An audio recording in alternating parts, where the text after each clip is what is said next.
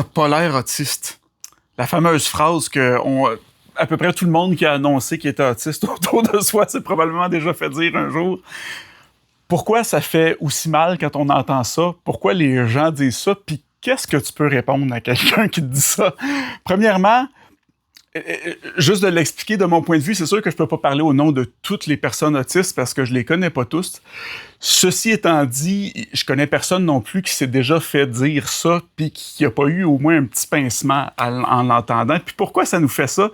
Ben, dans bien des cas, quand on se rend au moment où on dit à quelqu'un, on annonce à quelqu'un qu'on a un diagnostic ou qu'on pense être sur le spectre, être autiste, ben il y a eu un long cheminement derrière tout ça, puis pour le dire, ben il faut quand même s'ouvrir, se rendre vulnérable, puis se mettre comme à nu devant la personne. Fait que c'est souvent pour ça que ça fait aussi mal aussi, parce que c'est comme si d'entendre cette phrase-là, t'es pas vraiment autiste, ben c'est comme si, pas t'es pas vraiment autiste, mais t'as pas l'air autiste, ben ça vient un peu invalider notre cheminement, notre parcours, puis c'est comme si ça disait un peu, ben parce que t'as pas l'air autiste, tu peux pas l'être vraiment. Fait que ça vient un peu créer cette espèce d'inconfort-là en dedans de nous. Ceci étant dit, je pense pas que l'intention de la personne qui dit t'as pas l'air autiste est nécessairement mauvaise, parce que nous, bien souvent, c'est très connu là, chez les personnes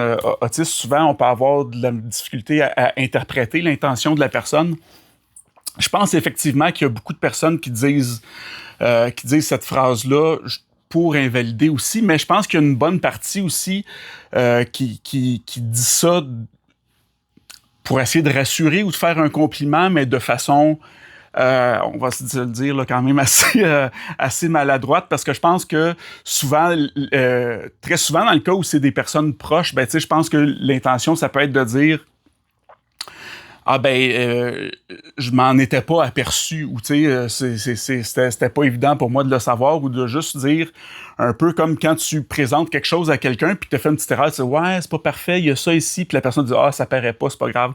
Mais je pense que ce qu'elle veut dire, c'est en réalité, hey, t'as réussi à bien t'en sortir malgré tout, tu sais. Fait que dans ces cas-là, ça peut être, tu sais, c'est ça, un compliment qui est juste un peu maladroit. Maintenant, comment faire? Comment répondre à ça? Ben, moi, j'ai trois façons de faire. En fait, puis les trois sont valides. La première, c'est juste dépendamment de l'intention de la personne devant toi, tu sais, si tu sens que vraiment ça vient d'une mauvaise place, puis c'est juste quelqu'un qui est pas nécessairement ouvert au discours puis à en parler, ben, je pense que la meilleure option, des fois, c'est juste de pas répondre tout simplement, puis continuer ton chemin, tu sais, là. Une autre façon de répondre, ça peut être... Puis cette façon-là, tu sais, de pas répondre, ça peut être une très bonne option, je pense, dans bien des cas, là. Une autre façon, je pense que juste, tu sais, des fois, juste de pouvoir être capable d'arriver à mettre sa limite sans nécessairement vouloir créer un conflit ou un malaise. Ben, juste de faire une petite blague si tu te sens à l'aise de faire ça, juste un petit quelque chose genre « Ouais, je suis désolé, j'ai pas encore eu ma formation sur comment avoir l'air autiste. » Tu sais, là. Fait que des fois, ça peut... Juste une petite blague, ça désamorce un petit peu la situation, puis ça permet de passer à autre chose ou d'ouvrir le dialogue. Puis la troisième façon, qui est celle que j'utilise maintenant, parce que je les ai toutes essayées, ces options-là, là, c'est une phrase que je me suis fait dire très, très souvent. Ben, je pense que dans les deux cas, soit que la personne était mal intentionnée ou qu'elle était juste maladroite quand elle le dit, dans ces deux cas, ben, ça vient d'un manque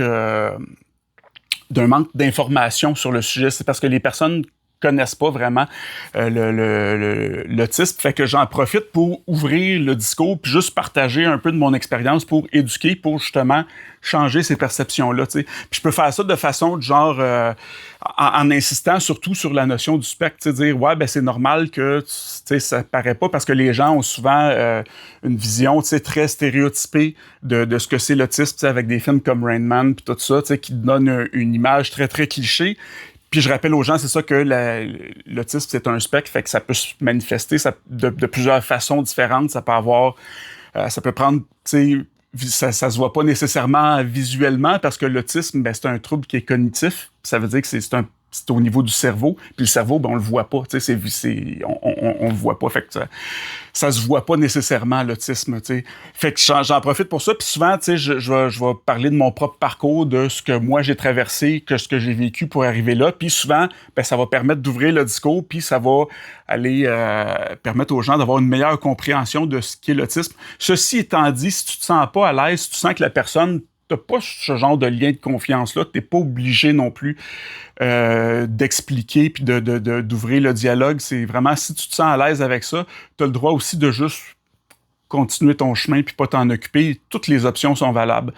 Fait que c'était ma façon de gérer ça. Puis, juste rajouter un petit quelque chose à la fin. Si t'es une personne neurotypique puis qu'une personne autiste s'ouvre à toi, ben, t'as pas l'air autiste, c'est pas une bonne réponse à ce genre de choses-là. Tu sais, si t'es quelqu'un, si justement ton intention est bonne, ben, je te suggère d'utiliser une formulation plus...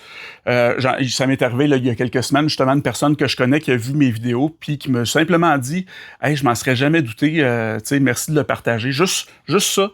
Pas besoin d'en mettre beaucoup, juste de dire « Hey, merci d'en parler, merci de me le dire. » Tu sais, juste ça, c'est bien suffisant. Puis je comprends que ça peut être tentant d'essayer de réconforter la personne, mais il y a des bonnes chances que ton réconfort soit mal interprété.